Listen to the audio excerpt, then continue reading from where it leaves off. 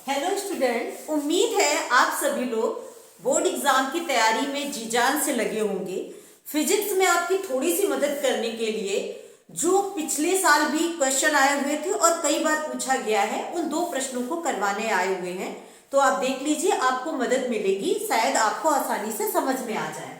तो सीधे प्रश्न पे आते हैं। हम एक प्रश्न लाए हैं, प्रकाश वैद्युत उत्सर्जन के नियम क्या है। सबसे पहले वो पढ़ लीजिए, कई बार आए हुए हैं। प्रकाश वैद्युत उत्सर्जन के नियम बात आती सबसे पहले किसने दिए थे, प्रकाश वैद्युत प्रभाव में है तो लेनार्ड तथा मिल्टन ने। लेनार्ड तथा मिल्टन ने सबसे पहले किसने ये प्रकाश वैद्युत उत्सर्जन का नियम किसने दिया था? लेनार्ड तथा मिल्टन ने प्रकाश वैद्युत प्रभाव पर किए गए प्रयोगों के आधार पर 5 नियम दिए थे। वो क्या है? सबसे पहला नियम ये था कि किसी भी धातु से, ये कोई धातु है, किसी भी धातु से इलेक्ट्रॉनों के उत्सर्जन की दर, इलेक्ट्रॉनों के उत्सर्जन की दर उस धातु पर आपतित प्रकाश की तीव्रता के समानुपाती होती है। किसके समानुपाती होती है? तीव्रता के समानुपाती होती है। किसी भी धातु से इलेक्ट्रॉनों के उत्सर्जन की दर उस धातु पर आपतित प्रकाश की तीव्रता के समानुपाती होती है। दूसरा नियम ये था कि किसी भी धातु से उत्सर्जित इलेक्ट्रॉन की अधिकतम गतिज ऊर्जा उस पर आपतित प्रकाश की तीव्रता पर निर्भर नहीं करती। देखिए दोनों में अंतर, कि किसी भी धातु से इलेक्ट्रॉनों के उत्सर्जन की दर उस पर आपतित प्रकाश की तीव्रता के समानुपाती होती है, लेकिन उत्सर्जित इलेक्ट्रॉन की अधिकतम गतिज ऊर्जा उस धातु पर आपतित प्रकाश की तीव्रता पर निर्भर नहीं करती। अब ये किस पर निर्भर करती है?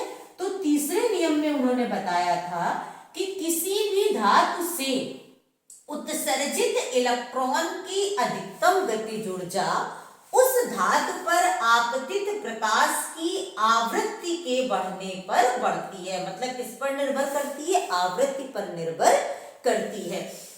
मतलब इसमें दूसरे तीसरे में अब देखिएगा, दूसरे में कहा उन्होंने कि किसी धातु से उत्सर्जित इलेक्ट्रॉन की अधिकतम गतिज ऊर्जा उस पर आपतित प्रकाश की तीव्रता पर निर्भर नहीं करती, लेकिन किसी धातु से उत्सर्जित इलेक्ट्रॉन की अधिकतम गतिज ऊर्जा आवृत्ति के बढ़ने पर बढ़ती है। मतलब कौन सी आवृत्ति?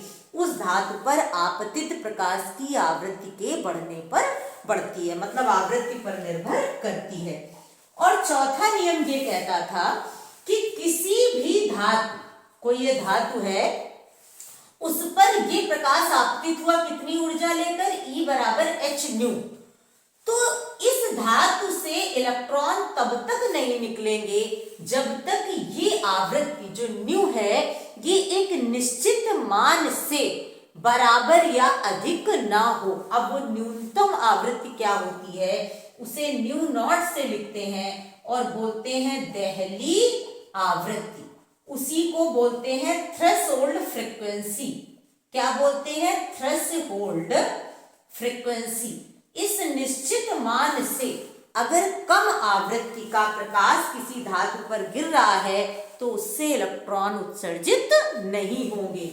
और पांचवा नियम ये कहता था कि अगर किसी धातु पर जैसे ही प्रकाश आपतित हुआ, अगर इस धातु से इलेक्ट्रॉन उस आपतित प्रकाश से निकलना है तो तुरंत निकलना शुरू हो जाते हैं, कोई टाइम लैग नहीं होता, मतलब समय पश्चता नहीं होती। और अगर इलेक्ट्रॉन इस धातु से नहीं निकलना है तो ऐसा नहीं थोड़ी देर बाद निकलेगा, नहीं, जैसे ही प्रकाश आपतित होता है धातु पर, अगर उस धातु से इलेक्ट्रॉन उत्सर्जित होना है तो तुरंत ही उत्सर्जित होने लगेंगे और नहीं तो नहीं होंगे। ये 5 नियम लेनार्ड और मिल्टन ने दिए थे, जिन्हें प्रकाश वैद्युत उत्सर्जन के नियम कहते हैं। अब हम आपको वो प्रश्न कराने जा रहे हैं जो 3 मार्क्स का पिछले एग्जाम में भी आया हुआ था, और अगर प्रश्न ये नहीं आता है तो इस पर आधारित न्यूमेरिकल आता है, तो ये आपके लिए बहुत जरूरी है। आइंस्टीन का प्रकाश वैद्युत समीकरण, आइंस्टीन का प्रकाश वैद्युत समीकरण। क्या कहता है आइंस्टीन का प्रकाश वैद्युत समीकरण? 3 मार्क्स में आया हुआ है ये क्वेश्चन, आप लोग ध्यान से देखिए। आइंस्टीन का प्रकाश वैद्युत समीकरण क्या कहता है? 1905 में आइंस्टीन ने प्रकाश वैद्युत समीकरण बताया था। उन्होंने प्लैंक के क्वांटम सिद्धांत के आधार पर प्रकाश वैद्युत प्रभाव की व्याख्या की थी। किसके सिद्धांत के आधार पर? प्लैंक का क्वांटम सिद्धांत, उसके आधार पर इन्होंने प्रकाश वैद्युत प्रभाव की व्याख्या की थी। तो चलिए पढ़ते हैं क्या समीकरण था।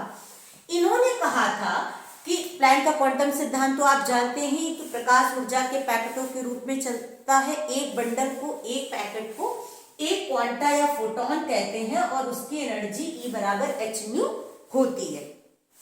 अब उसके बाद तरंग की बात आई तो E बराबर hν उन्होंने बताया था। तो इसी के आधार पर इन्होंने कहा कि जब भी कभी किसी धातु पर प्रकाश आपतित होगा तो एक कण की बात की, एक क्वांटा या एक फोटोन E बराबर hν, तो ये अपनी इस ऊर्जा को किसी एक इलेक्ट्रॉन को दे देगा और वो इलेक्ट्रॉन इस ऊर्जा को 2 तरह से खर्च करेगा। पहली, इसकी सतह तक आने के लिए, यहां बाहर आने के लिए इस जगह तक, तो जो ये ऊर्जा यहां बाहर आने के लिए इस जगह तक खर्च करेगा, इसको W से लिखते हैं और कार्य फलन बोलते हैं। क्या बोलते हैं? कार्य फलन। W या कुछ किताबें इसको फाई से भी लिखती हैं। कार्य फलन मतलब वर्क फंक्शन या इसी को बोलते हैं थ्रेशोल्ड एनर्जी। क्या बोलते हैं? वर्क फंक्शन या थ्रेशोल्ड एनर्जी। और अब जो ऊर्जा बच जाती है इसमें, वो इसमें गतिज ऊर्जा के रूप में हो जाती है, गतिज ऊर्जा के रूप में E के। तो आइंस्टीन ने कहा ये ऊर्जा कितने भागों में बढ़ती? 2 भागों में। ये पूरी ऊर्जा किसी इलेक्ट्रॉन को दे देता है और वो इलेक्ट्रॉन पहले तो कितनी ऊर्जा ये होनी चाहिए? कार्य फलन के बराबर। और अब जो ऊर्जा बची, जैसे 5 जूल ऊर्जा सपोज दैट लेकर के आया, तो कम से कम 4 जूल ऊर्जा, 4.5 जूल ऊर्जा, मतलब कहने का सेंस है कार्य फलन के लिए होनी चाहिए, तभी इलेक्ट्रॉन इससे निकलेंगे। और फिर जो 1 जूल बची सपोज दैट, वो गतिज ऊर्जा में चली गई। तभी तो धातु से सारे इलेक्ट्रॉन नहीं निकलते, जिनके पास कार्य फलन के बराबर ऊर्जा होती है उतनी ऊर्जा तो गिरनी चाहिए, तभी इलेक्ट्रॉन बाहर निकलते हैं। तो इस नियम को ऐसे लिख सकते हैं समीकरण के रूप में कि ये E 2 भागों में जाता है, एक तो W और प्लस E के, E बराबर W प्लस E के। अब E का मान क्या है? hν, तो E की वैल्यू अगर हम लिखें तो hν, और W का मान होता है या फाई का hν0। अभी हमने बताया था दहली आवृत्ति hν0, और h क्या है? प्लैंक नियतांक। क्या होता है h? प्लैंक कांस्टेंट, प्लैंक नियतांक। इसका मान 6.6 या 6.63 इंटू 10⁻⁻34 जूल सेकंड होता है। और प्लस E के, तो एक समीकरण आपका ये बनकर आ गया। और न्यू बराबर क्या होता है? C upon lambda. इसी तरह से न्यू नॉट क्या हो जाएगा? C upon lambda naught. New not को आपने देखा दहली आवृत्ति, तो लैम्डा नॉट क्या हो जाएगा? दहली तरंग दैर्घ्य। क्या हो जाएगा लैम्डा नॉट? दहली तरंग दैर्घ्य। अब इसे हम ऐसे लिख सकते हैं, ये E बराबर W प्लस E के ऐसे, या hν बराबर जो आपको दे उस तरह से लिखिएगा E के।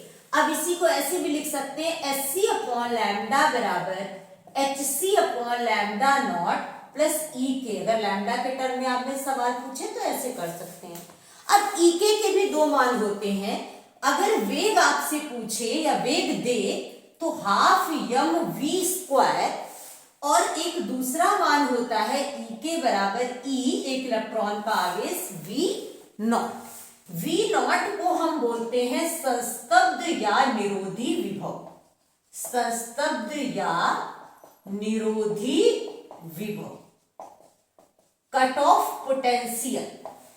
ठीक है, अब जो जिस टर्म में आपसे पूछे वैसे आप लिख सकते हैं। तो ये इनका नियम मेन एक याद रखिएगा, E बराबर W प्लस ई के। E के दो मान, एक एच न्यू एक एच सी बटे लैम्डा, जो जैसा पूछे।